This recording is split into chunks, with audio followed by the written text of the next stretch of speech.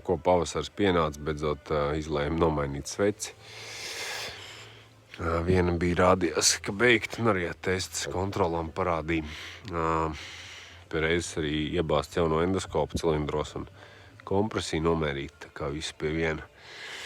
Bet radās nelielas pārdomas par to, kādas tad tur tās sveces ir izdomātas, jo reāli es izskroju ārā, un tur bija šādas te veco laiku sveces ar 11 voltu marķējumu, tātad, kas ir kā tiek darbināts, tā teikt, ieslēdz un viss.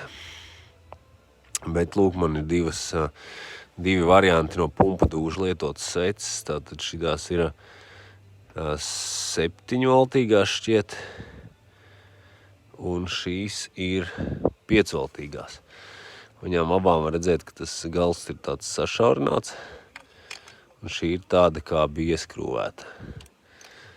Bet skatoties uz šiem te vadiem,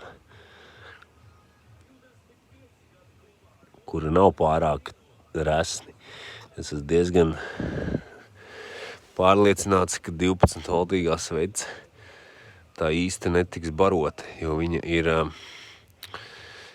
viņa domāta tā ieslēdzās un viss, viņa netiek ar impulsu barota, bet šeit izskatās, kad drīzāk viss tā barošana notiek impulsu veidā.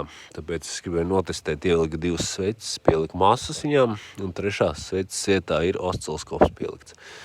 Tas pirmkārt ir nokritis šitas te nost, kas man jāpieliek. Bet 3. sveces vietā ir osciloskops, un pastīsimies, kas notiek, kāda vadība šīm svecēm ir. Un, kā redzam, viena svece paliek sarkana, otra vispār nepaliek vēl nekas, un redzam, ka impulsu veidā tiek vadīts šīs sveces. Mēģināšu kaut kā viņu pietavināt. Pazud, jā. Nepazud. Varam redzēt, ka ar šādu impulsu, kas aizstāv 40% laika viņi tiek darbināti, un 60% netiek.